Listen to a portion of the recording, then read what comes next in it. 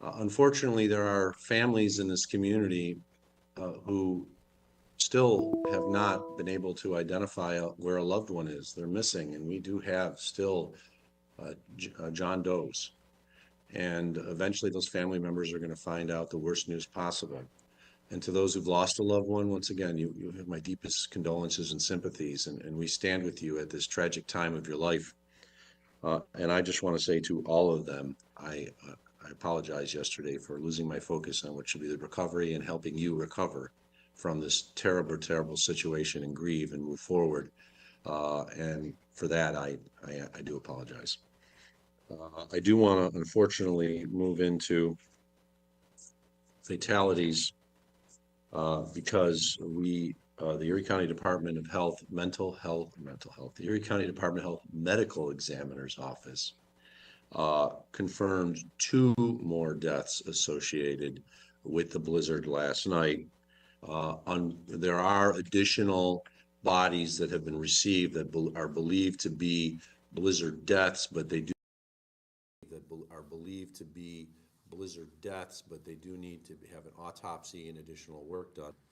As a result of these additional two deaths, 39 individuals have died in Erie County as a result of the blizzard. Three were the result of a delayed EMS response. 17 were found outside. Four were found in a car. Four were the result of snow shoveling or snow blowing cardiac events. And 11 were found in a house. The location of the deaths of the 39, 31 were in the city of Buffalo, 7 were in Cheektowaga, and 1 is still unknown by our medical examiner's office. Very sadly, the last 13 deaths have all come from the city of Buffalo as more bodies are recovered. And I do have demographic data, which I've not spoken about before, but of the decedents, 18 were white, 20 were black, and 1 was Hispanic. And as I noted, there are still cases for the medical examiner's office to review, including some absolutely heartbreaking cases, some that a few of us have known about for more than 24 hours, including a 4-month-old who died on Christmas Day that the medical examiner's office is still trying to determine the death. We did have a good story yesterday. We were under the impression that a child had died in a drowning incident at a local hotel. I actually heard about this yesterday morning. The family was there because they were displaced from their home without power. And we were told that we would be expecting a younger child death with regard to a drowning at a hotel. That has not occurred because the child was saved. So little victories, but this is a big one when you're talking about a child potentially dying in a hotel pool. So to the family out there, I just want to say, the families of the loved ones who've lost ones, once again, you have our deepest condolences and sympathies from the loss of someone that it means so much to you during this tragic, tragic monster blizzard. And we will hope that we can help you grieve and move forward during what is probably for many the worst situation they could ever imagine. Power has been restored to all Erie County residents. I want to thank the men and women of National Grid and NYSEG for the work that they did to do that. There were a lot of crews. They had joint task force crews with public works employees, especially from the city of Buffalo, to get to some of these locations. I saw pictures yesterday of the substations for National Grid that were literally frozen solid. They were covered with so much snow. Some of the items were heating, and the snow would turn to water, but it would eventually turn to ice. So thank you. Kudos go out to the NYSEG and National Grid crews, as well as all of the parties they brought in from across North America, because we know some people came in from Canada, to assist them with the restoration. Thank you. Potential flooding. Earlier today, we received a report from the National Weather Service about potential flooding. Thankfully, it appears that flooding will be minimal. There is possibilities of flooding, but it does not appear like it will be bad. And based on the report from the National Weather Service, Cazenovia Creek is expected to crest at 10 p.m. Saturday to 1 a.m. Sunday. Buffalo Creek is expected to crest at 7 p.m. Saturday to 7 a.m. Sunday. Tonawanda Creek is expected to crest late Sunday and Monday through Monday morning. It's always a late cresting creek. And Cayuga Creek is expected to crest tomorrow morning through Saturday morning. There is not an expectation of significant ice jams because there needs to be basically 4 inches of ice on the creeks for the jams to occur, and it appears that on most of these creeks, there's just not 4 inches of ice. So the water should be able to flow through it even if the ice is on the top. It is a very, very, you watch it, you hope it doesn't get bad, but it appears from the National Weather Service estimates that it's going to be good. I'm going to bring up our Commissioner of Homeland Security and Emergency Services, Dan Neverth, to talk a little bit more about that and just some of the preparations that were put in place in case we do get flooding. Thanks, Mark. Good afternoon. Just to reiterate what we talked about yesterday, we have worked with our state partners. We have looped around with all of our municipalities with regards to what their potential needs might be. We've had a few requests for pre-positioning. We do, thanks to our partners from the state, have a significant stockpile that's at the ready at any given time for items such as pumps and hoses and generators that we might need. So those municipalities out there that have traditional flood areas that might have been concerned, every locality knows their issues better than most of us that are at the 50,000 foot level.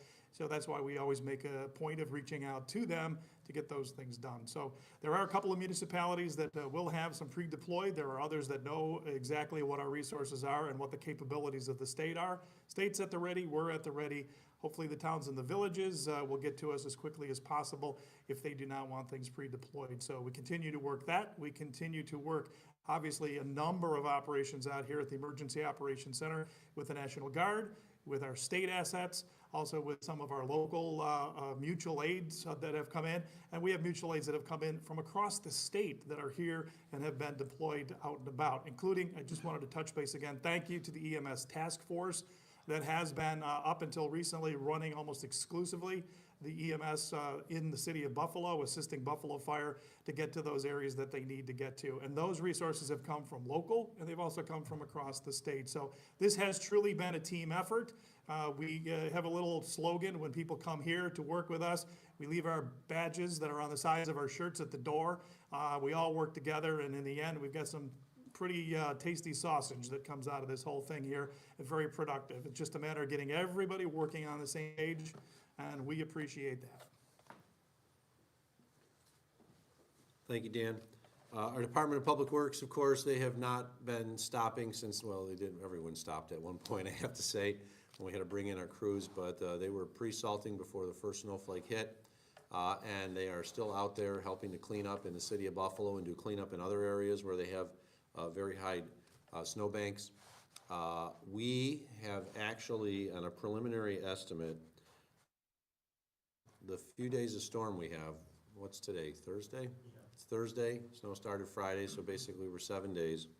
The preliminary estimate that Erie County has incurred $5 million worth of costs just on our independent county contractors that we hired to assist, of which $1 million of it was spent just yesterday alone, all in the city of Buffalo.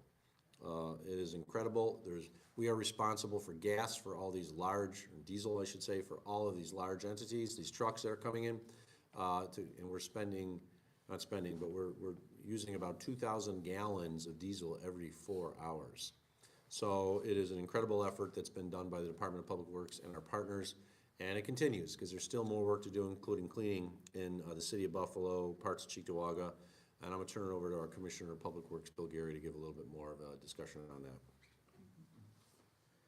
Thanks, County Executive. Good afternoon. Again, today we're back at it with the 24-hour operations within the city limits from the Clinton Broadway area south through the First Ward, South Buffalo. We have 72 loaders and 119 dump trucks down there, along with some National Guard assets helping us maintain a safe passage for not just the pedestrians and vehicles now that the travel ban's been lifted, but also for our contractors in that area. They will be continuing this effort through tonight. We're into the second pass. Some places we're 2+. We're trying to define the scope and limitations for the contractors so that we can green up some of the roads through the city. We've been in contact this morning, multiple phone calls with not just the Department of Public Works in the city, but also our contractors, so that we're all on the same page. We did anticipate traffic being heavy today, so the operation has slowed down a little. But I think just a little background information on those 72 loaders and 119 dump trucks. We contract with Union Concrete and Bob and Gary Hill there, and Mike Salvador and his daughter Jenna through CATCO. They have almost 40 contractors working underneath them. Most of these are competitors, but through this whole event, it's been one force, one team. And it's no different than the Public Works and all the local municipalities, towns, cities, and villages, Lackawanna, Clarence, and Grand Island. Everybody's been a tremendous effort through this. There's been an outpouring of other mutual aid assets coming in from across the state, and they're within the city right now. And again, by tomorrow, hopefully with the warmer weathers, the slower melt, it's manageable. We're not really too concerned with any flooding, although some of our districts right now are doing some snow ditching, opening up drainage inlets so that this gradual melt will take place, and we're gonna see some localized little ponding areas, but hopefully that's it, and everyone gets a good break this weekend, gets to enjoy the nice weather. Thank you, William. Towed vehicles, we are down to 40 vehicles in all of the county lots that you may see on our website at erie.gov/towed vehicles. There will come a point where if the vehicles are not picked up, we will have to take them out of those sites. So we're requesting you to pick them up. If your car is damaged and you can't drive it, we are requesting that you come with a wrecker so that they can take it out of there and you can take it to your auto shop and have it fixed. Baby formula. This is something that we announced last night. There is a baby formula shortage locally as deliveries could not be made. I want to thank Wegmans for donating thousands of dollars worth of formula that the members of the Erie County Sheriff's Office drove 6 hours to Pottsville, Pennsylvania, to a distribution center there to pick it up. If you're in dire need of formula, just don't try to take some if you don't need it, but if you're in dire need of formula, please call our 716-858-SNOW number, S-N-O-W, that's 7669, to request some. So 716-858-SNOW. However, I want to note the SNOW number will shut down as of 7 p.m. tonight. So we put out a request earlier. We had a lot of requests. We had some calls come in. So if you need baby formula in a dire position, we have both dry and liquid as donated by Wegmans. Once again, thank you to the Wegmans family for doing that. Please call us at 716-858-SNOW to request some, which will be delivered by Erie County Sheriff's deputies. I want to turn it over to our Undersheriff William Cooley. Thank the Sheriff's Department as well as Chief Brian Brizzolaro once again for all of their work, incredible work. I mean, everything from going to pick up baby formula in Pottsville, Pennsylvania, which is 6 hours away, to, of course, being on the roads during the height of this. Done it all. So thank you to the members of our Erie County Sheriff's Office and all law enforcement that have worked very hard during these days. With that, I turn it over to Undersheriff. Thank you, sir. Good afternoon. The immediacy of our response to this storm has passed, and we're going to continue to staff the EOC here as long as it's appropriate to do so. Our supervisors have done a good job down here of directing our workforce to ensure that things are getting done and getting done right. I want to express our condolences to everyone that was adversely affected by this storm, especially those who lost loved ones. It's extremely difficult, and you're in our thoughts and prayers. I also want to recognize the hard work of all the people that we teamed up with, all the essential workers that we teamed up with during this event. It's really been quite an experience, and it's been gratifying to work with all these hard-working men and women. And also the commitment that we've seen out of the Erie County Sheriff's personnel in the Jail Management Division, in the Dispatch Division, and our Police Services Division. It's inspiring. Our aviation unit is truly a regional asset, as they demonstrated again, going up and providing just excellent intelligence for everyone that's involved in this cleanup. Going forward, we're going to evaluate our actions and our equipment to see what was done well and where we can improve. And that's that's being done in earnest, actually, as we speak. You know, unfortunately, there are many tragic stories and some inspiring stories that are gonna emanate from the storm, and, you know, in the end, we get through it, and perhaps 2023 won't be as challenging as 2022. Thank you. Thank you, Undersheriff. We have to hope that 2023 is better than 2022. We started with still responding to COVID. We had the horrible, of course, mass shooting at the Tops on May 14th. We had, of course, a major snowstorm 4 or 5 weeks ago that dumped 7 feet of snow, and now this blizzard. We will begin reducing much of the non-snow removal response in the next 24 hours. I'll just give you an example. For example, yesterday, our county dialysis transport teams made 77 runs. Today is 2. Yesterday, they made 10 medication runs. Today, 110 medication runs yesterday. Today is 15, and there were even more the day before. The National Guard has nearly completed its welfare checks, as well as the Joint Task Force from EMS. So they've gone around to many houses, hundreds and hundreds of houses, to determine if people are okay. We're also calling individuals through our 858 snow line who requested assistance. We're calling them back to make certain they're okay, which makes it easier because then we don't have to send the guard to the house if they say they're okay. The National Guard will continue to provide traffic control to ensure the streets are, as the work is being cleared, are safe. There is gigantic equipment that normally you'd never see on a road. You'd see in a quarry, but you wouldn't see on a road. And we just have to make certain that we don't have any tragic incidences of people getting hit in cars or pedestrians getting struck. So thank you to the National Guard for your incredible efforts. Major from the National Guard, I think it's Schmiegel, has been here since, basically it never seems he leaves. I give him credit. He's here all the time at our Emergency Operations Center. I believe him and the members of his team are actually sleeping in one of our ancillary buildings outside here on cots and have been. And I just want to thank every one of the members of the National Guard for all that they did to help us get through this tragic blizzard. As of 7 p.m. tonight, we will begin to demobilize the Emergency Operations Center. The actual deactivation of our work in the Operations Center, as well as the lifting of the state of emergency, will still take some time. We are not in a position where we can lift it at this point because there's still a lot of work that has to be done. But we will start demobilizing it, which means we won't have as many people here from all of the agencies. As these agencies complete their work, we can send them back. And it's not just county agencies, of course, New York State is here. I also want to thank our friends in the city of Buffalo from Buffalo Fire and Buffalo Police. They've been here, as well as Buffalo DPW. We've talked to their staff members personally, including a lot in the last few days, as they've been here at our Emergency Operations Center, helping to communicate information to us. This has been an unprecedented event, and I want to thank everyone, especially our first responders, law enforcement, public works, other public employees, National Guard, the 911 call takers, and especially the entire community for your response to this unprecedented blizzard. Earlier today, I had an opportunity to address the men and women in the main operations center at the Emergency Operations Center here. I should say at the operations room, in which there was a changeover. It was a changeover from the overnight crowd that worked from 7 p.m. to 7 a.m. this morning and those that were coming in at 7 a.m. So it was fully packed with people.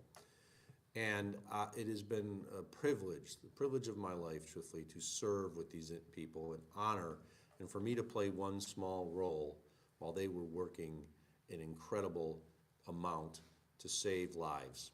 And that's what I want to focus on as I end today before we take questions. We are going to focus, and we often do it, on the worst of a situation.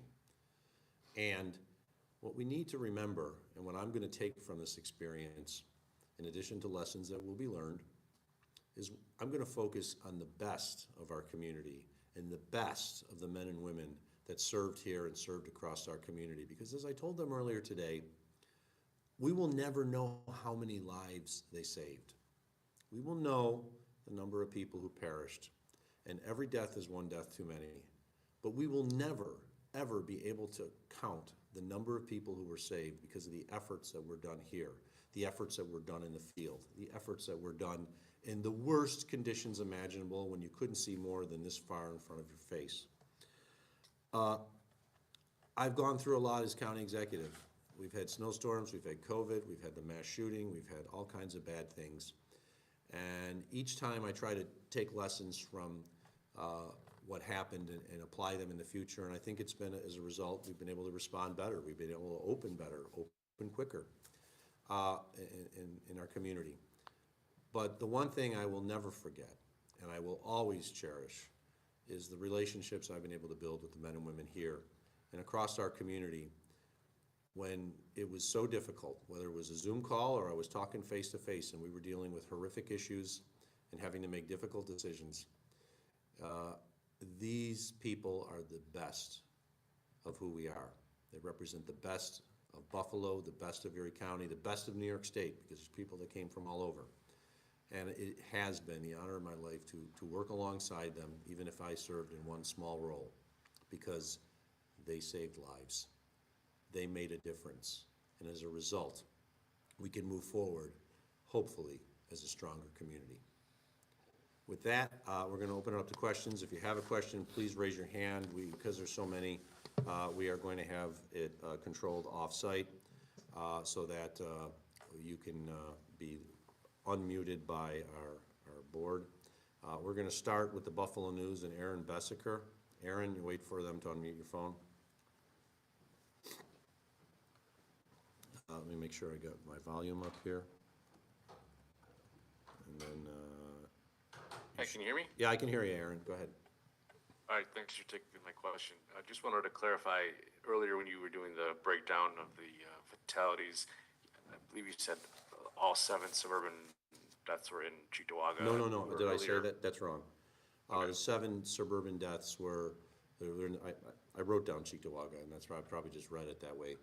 7 deaths were a combination of Amherst, Williamsville, Cheektowaga, and Depew, with Williamsville being primarily in Amherst as the village. So that has not increased or changed in the last few days. There are 7 deaths, a combination of Amherst, the towns of Amherst and the town and Cheektowaga, and the villages of Williamsville and the village of Depew. Okay, thank you. You're welcome. We will go down to, I don't have my glasses, Jeff Preval from Channel 4. Actually, I do have my glasses. County Executive, can you hear me? I can. You can just speak a little louder, Jeffrey.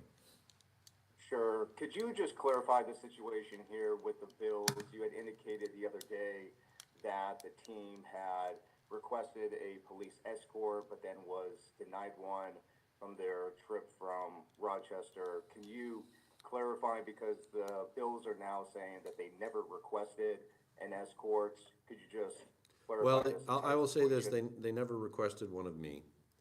I was informed that they were, but they never requested one from me. So I should have probably said yesterday they never requested one from me. I was told that it was, but I can't speak to that.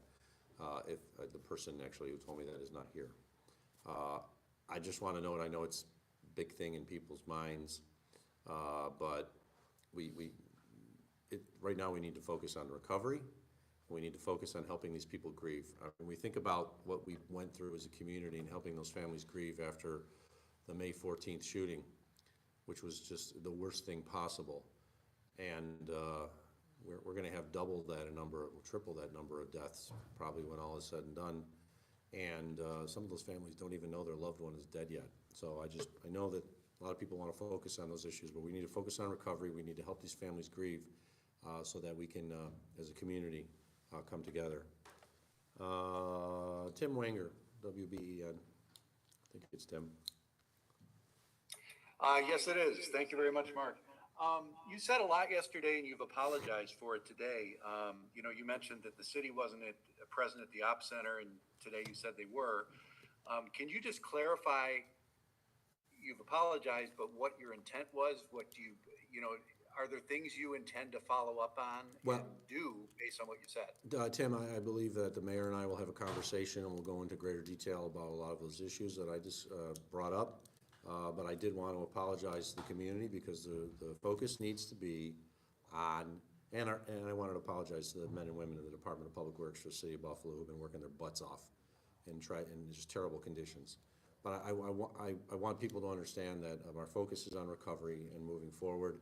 And the conversations I have with the mayor will be conversations between us, and we'll go from there. You know, there's plenty of time for Monday morning quarterbacking. I should have done it, simple as that. There's plenty of time for these discussions in the future. Right now, we need to focus on moving forward. And we can always be critical of others, and I need to be critical of myself for what I did yesterday. It was just wrong, it was inappropriate. And we will go forward and hopefully as a result of this, provide a better overall response as a community. We stand ready, and I look forward to discussing this with the mayor. Spectrum News 1 Buffalo. Hello. So you mentioned that data is being collected from those calling the snow line so that guards don't need to go to their home for a check.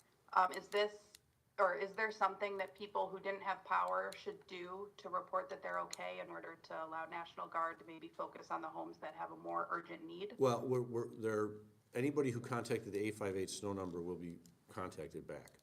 If you just lost power, you lost power for a shorter period of time, they're not going out to those homes. They're going to the worst areas that received, truthfully had power lost even through yesterday, because power was not fully restored until basically last night. So I know they had done hundreds and hundreds of calls yesterday. They're back out there.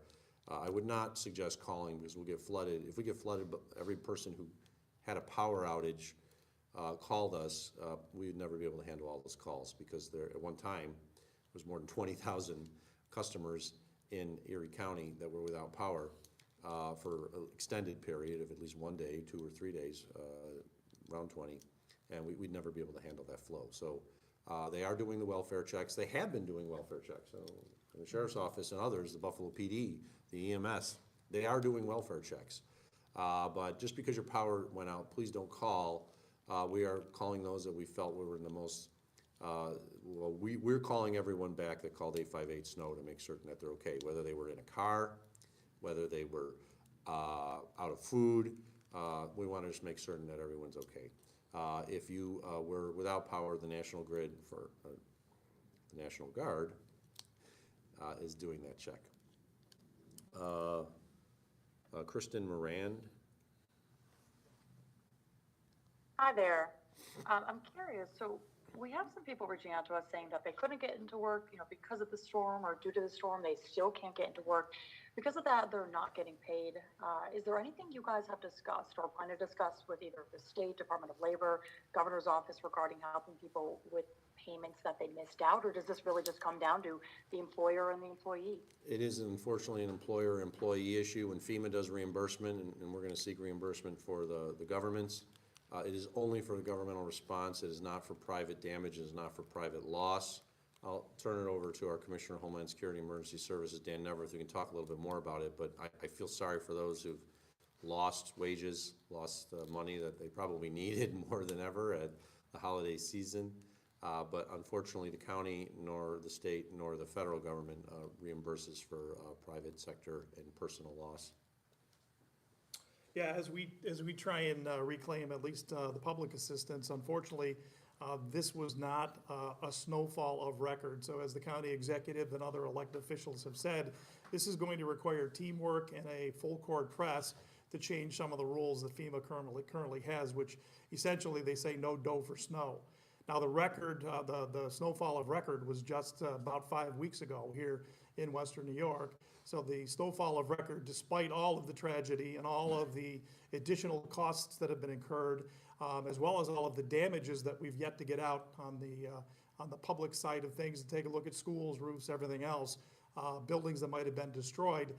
Despite that, the fact that it falls 6, 7, or 8 inches short of the previous record should not be a disqualifier. So we're working that in addition to all of the things that are going on here, we're working that angle as well with our elected officials. Hopefully that will be changed. But as far as individuals, that unfortunately at this point, the Department of Labor might want to weigh in on that. But certainly at this point, that is between your business as well as, between you and your business. So there's no avenue on that at this point. We'll look into it. We'll push those complaints if they're filed, but at this point, there's really not a whole lot that we can do. Thank you, Dan. We'll take two more questions. Those are the only two I have, and we have to go. Kevin Nyas, you'll be unmuted. Yes, Kevin Nyes with NBC News.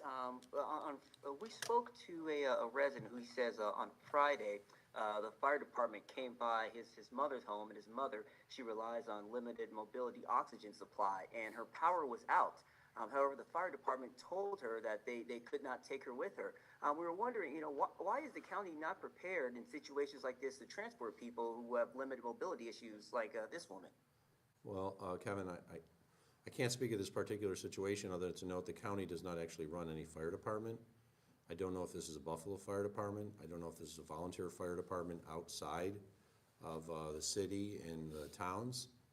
There are full-time. Yes, this was in the city of Buffalo. Okay, well, I guess I would direct that question to the Buffalo Fire. I can't answer that question. We have our Homeland Security Emergency Services Department. They're the trainers for firefighters. They help get them equipment through grants and things like that, but the actual fire departments are run by independent agencies.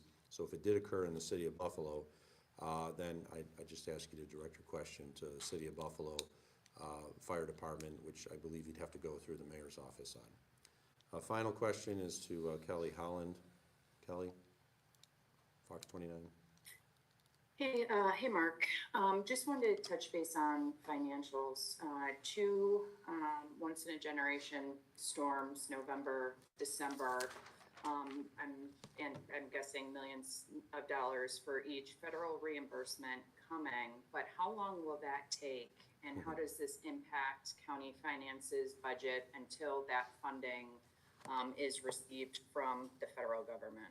Well, if it's received, which is a thing that we're going to be working, and I've already spoken on this storm to Senator Schumer and Senator Gillibrand, Congressman Higgins. We're hopeful that we will get reimbursement for our costs associated with the storm. We saw the federal declaration was made, but FEMA can be a little stickler at times. That's why we're asking for every community to dot their I's and cross their T's on the paperwork that's needed. I know that as I said, we've expended $5 million alone on independent contractors just for this storm, basically independent contractors since last Friday. And there were a couple days in which, of course, we didn't have anybody on the street, so we're $1 million a day, including $1 million yesterday to open up the southern part of Buffalo. The one thing I will note is we've been very good stewards of the public's finances. We were trending for a significant surplus even before the November storm that hit the South Towns. And regardless of what the expense is between now and just the end of this year, we will have significant reserves from this year alone to cover it. So even if we didn't get FEMA reimbursement, we will still end up with a surplus this year. And so there's accounting methods that are put in place to ensure that money is like, we have as the county controllers, people know that the money that's spent between now and the rest of the year is 2022. The money that we spend in 2023, we actually can apply back to this event because it's 2022, so we can use our surplus that has risen throughout this year to cover the costs. I can guarantee the people of Erie County that not only will we end this year with a surplus, this will not have a negative ramification on our bottom line. It's important, but when you think about the grand scheme of things, it's the least important thing. The most important thing is our community moving forward and helping those 39 families that we're aware of, with unfortunately more that'll probably be coming, get through this tragic situation of losing a loved one. But we're fine on the finances. I've got a great team led by Budget Director Robert Keating in the budget office and others who've just done incredible work. And they've been working behind the scenes in other areas as well throughout this whole storm. So thank you to Budget Director Keating and his team for the great work they've done, so that even though we've had these two tremendous storms that have required us to expend millions and millions of unanticipated dollars, we're going to be fine going forward. With that, this will end the news briefing for today. We are, as I said, demobilizing or beginning to demobilize the emergency Operations Center. I have so much great respect for the men and women in this building. They are the true heroes, along with everyone else in the field who've done a tremendous work. So we are not planning on having another media briefing with regards to the storm. This will probably be my last day at the EOC, as I'll be back tomorrow at the Rath Building downtown, as county government offices are now open, and my staff is out, most of it is returned back downtown. So to everyone out there, thank you for all that you did to get us through this once in a generation, as they say. Hopefully it's once that we never see again. Storm, blizzard, the blizzard of 2022. And I really, really hope that we all have the best new year possible, and that 2023 brings us much joy and happiness after